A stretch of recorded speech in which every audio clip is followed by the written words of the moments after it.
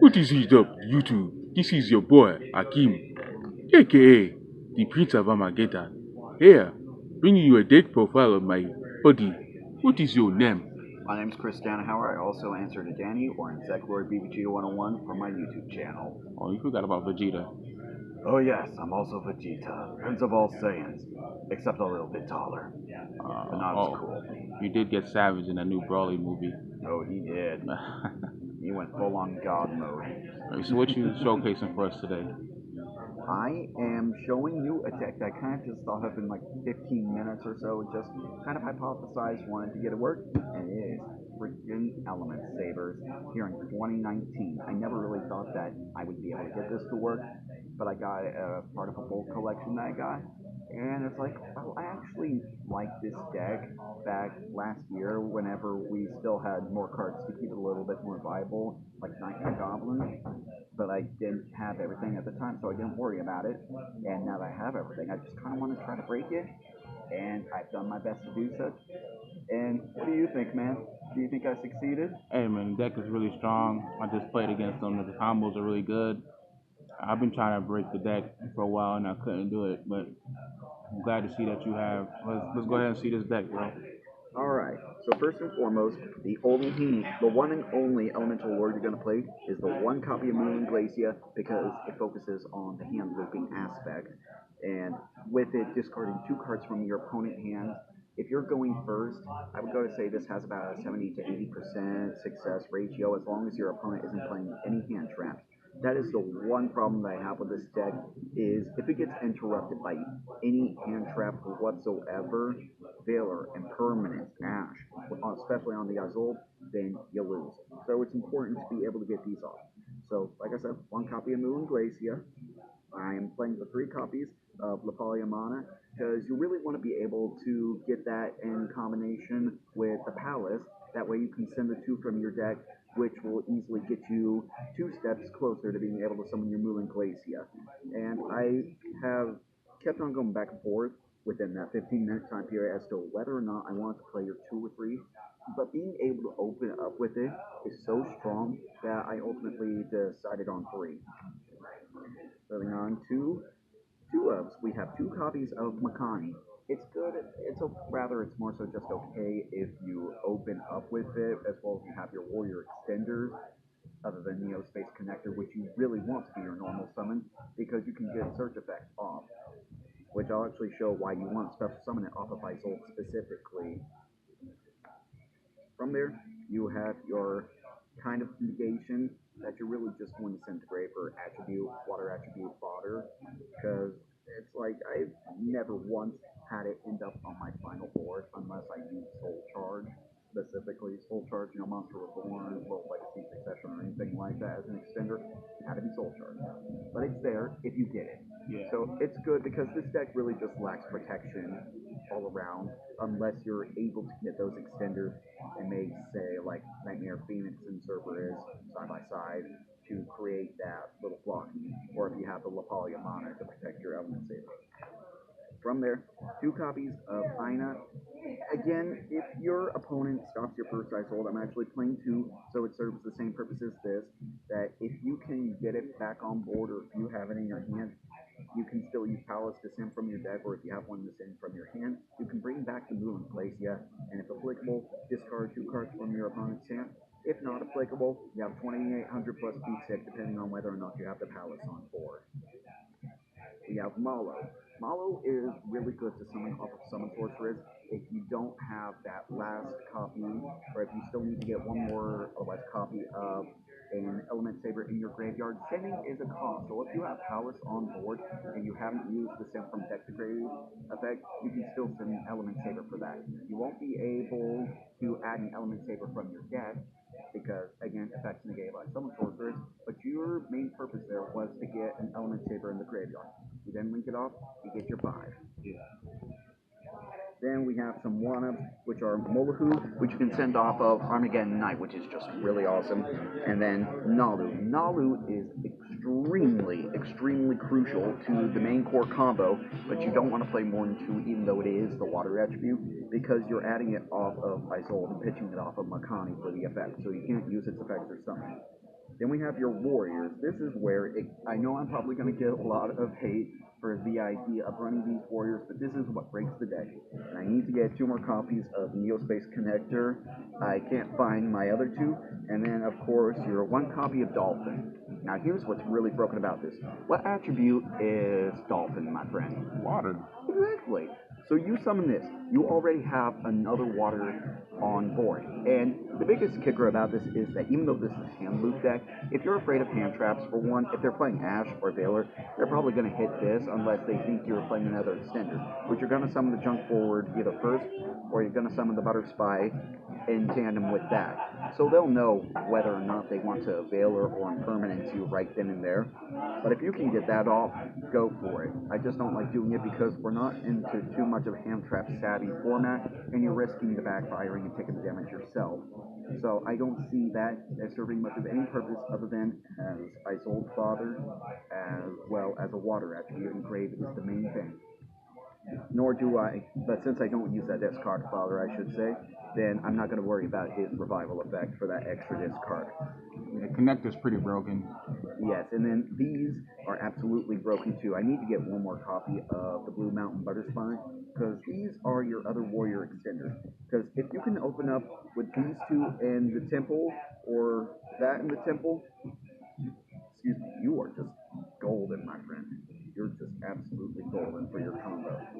The only other monsters you play are these, because you found out the hard way what happens from that. Because I can, during the end phase or during the main phase, I can still search the Brigandine, do that, and basically keep on adding back after I summon my Moon Glacia, because then I can banish my Element Sabers. I no longer need them in my grave, and they'll give me my Phoenix Blade back, and I can discard this with the Gumbler and search out Brigandine. Yeah, had it not been that I was playing dangerous guys, he would have ripped 6 cards out of my All hand. 6. And the only reason for that, though, I should specify, is because in that match, I opened up with 2 copies of the Palace and the Terraforming for the 3rd one. And it's like, I still wish this was at 3. And I've gone back and forth on the idea of going ahead and running the set rotation with Destrudo as well as Dragon Ravine, just so I can have that availability there. However, I ended up really disliking that, found that it's just from the consistency overall, purely because of the fact that we don't have Ancient Fairy Dragon. Good riddance. Lord, no. That would, it's like, even if we didn't have the Nightmare Goblin, that's another thing that would break this deck, but that would break other decks too much for it to compete. Because it's one of those cost-benefit analysis type deals that I look at, say, with Crystron Neofiber. Now for the equips. Now, you would think, Armageddon 9, I'm definitely playing 5. And you're absolutely right. However, the reason why I'm playing 5 is not for the Armageddon 9. It's because, again, this deck is so fragile. They get rid of that first Isolde. You still want to have some equipped for next turn if you survive that. That way you can still get your bigger board. Because you can still get off your Moon Glacia and Gumbler, because they'll have like 4K attack almost, if not full on 4K, which is just really amazing still in itself. And if you can get the Cerberus on board like usual, they're going to go. So you have your extenders. If you can't get your Moon Glacia out, then you can discard it off of the Overdone Burial. Still have some link fodder. Do your thing. Good against whatever you need to negate if you open it. Speaks for itself. And other extenders. Then, of course, gotta play those beautiful Ultimate Rare Instant Fusions. You jealous, bro? I am really jealous. Yeah, normally they're in my Cyber Dragons, the 2R, and I just got the 3rd one the other day. But it's like, I want to see this because it's another one of those extenders. You don't really want to have to play it unless you have to. Because, again, it's another card out of your hand that's not really a monster. Because, I mean, like, you still have the Raichen, and if you open up with more than 1 copy of it, it's a horrible brick. Unless you're playing to discard off of Gumbler. That's the only other good thing about it, is after you get a brick, discard it off of Gumbler. Yeah. Simple as that. It's not really that much of a brick. From there, of course, the Soul Charge. That's what otherwise saved you during that game, wouldn't you say? Yeah. He hit my hand, and then I had 2 brows, drew cards off the brow, and it was like a danger monster, and I summoned the Susanoko, Johnson's so charged. I'm sorry, bro. It happens, man. And the card I drew just so happened to be soul charge. Yeah. He'd already used his Tri-Gate negate. However, he had Imperial Order face down, and he used the Tri-Gate to negate my Nightmare Phoenix. So I was in a hopeless state. From there, my 2 copies of Monster Reborn, essentially. Then this is basically to send whatever I need, whether it be a last monster, or if I want to send a Phantom Knight, whatever I want to send, it's there. If there was one first card I was going to cut though, this is it, because 1, it's limited. I'm only playing the 1 copy. 2, I really just don't see it coming up. I discard it more than anything else. Rhoda, I should not have to explain this. No. And as much as I want it to be at 2, I don't want it at 3. That's unfair. I still know why I can't go to 2. Then the only traps you play are these. Because, again, it goes back to a lack of defense. Yeah. So say you can't create your board, you at least want to be able to get this, or the Ancient Cloak engraved, so you can search this, so you have some degree of disruption. This usually only serves as helping you create a stronger board during your turn, and it's only if you get like 2 copies of the Palace that you can get the Gumbler off during your opponent's turn, or if you have the stronger board in general, if you have enough extenders, because you'll be able to set this, add back the Divine Sword Phoenix Blade, and you'll be able to at least discard 1 card from your opponent's hand, or if you have another card, then you'll have the 2. Awesome. Alright, so you ready for that combo? How many cards in the main deck? 44, 45. Let's see the X deck. Yep, let me get this out of the way so it's a little more organized. I don't like messes like that. Okay, so that's close enough. So, first things first, like I said, playing 2 copies of Isolde. I know most people don't do this anymore, and I know exactly why. Because of the simple fact that it's kind of a do or die, just like this deck is. However, this deck has a bit of recursion through cards like Aina, that if you can, you get it off. You just want to, because if you can't, it's like if you don't play this, you don't have a follow-up play on your next turn. You really do not, so it's crucial. 2 copies of Cerberus.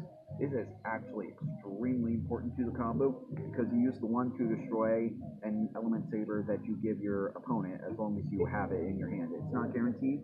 And then the second one is just for its typical usage to destroy an opponent's monster. It actually kind of came in handy earlier against you, didn't it? Yeah, it did. Where I actually went into both during that turn because you discard the Danger Tsuchinoko, and I was able to get rid of that, and I got the draw from it. Yeah. It's like that was the one time that I've ever been able to get that off so far. Granted, like I said, I haven't really done much testing. This is all just theory, man. I still need to take this to a tournament. Otherwise, for Nightmares, we have the 1 copy of Phoenix because it's just good back row removal. You can get that 1 draw from it, and the link arrows are good as well for it. Underclock Taker because it's a generic link too, and its effects not half bad. Summon Sorceress, it is absolutely critical to this deck as well as Gumbler. If either of these get hit, more than likely that this deck is dead. There's no nice way of putting it. It's horrible at that point. Then you have your 2 Borals. Never once gone into that. That's there in case you have the opportunity. I need to switch this out for the Carbonala Warrior because it's a level 4, Yeah. and there's no reason of playing a level 5. It's just there for XC Spotter at that point, just for the availability.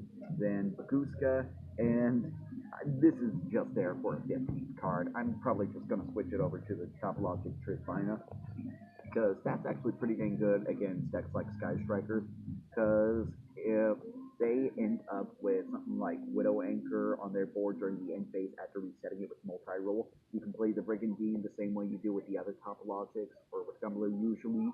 Summon it, and you'll banish the Brigandine, treat it as a monster, and you'll destroy your opponent's back row and inflict some damage to them, but because they were set with multi-roll, they're going to be banished. Yeah. So Awesome, man. We'll do another video, guys, to show you this combo. It's really good, man. The deck is pretty good. it's really consistent. Any overall. advice for the players who will pick this deck up to test it out? Honestly, I just have a hard time with finding the room for cards like Called by the Great, purely because of the fact that I rely on discarding my ending hand, which I think that it's kind of player preference. because I don't see much point. Because, like I said earlier, same reasoning behind not using the effect of Aqua Dolphin. I don't run into hand traps as much anymore, so I typically don't run them. Because the whole point of Call by the Grave is to make it so that your opponent's plays are disrupted mainly during their turn. In this case, though, if I get my combo up, I'm disrupting your entire play by getting rid of your entire hand, and I'm not going to be nice about it. That's awesome, man. That's awesome. Boy and Zach Lord, check his YouTube channel out. It'll be in the description below. And thanks you again for the deck profile, man. Absolutely, man. Can't wait to show you guys the combo. Awesome, awesome. This is Akeem, Akeem Nation Gaming signing out. Peace, my brothers.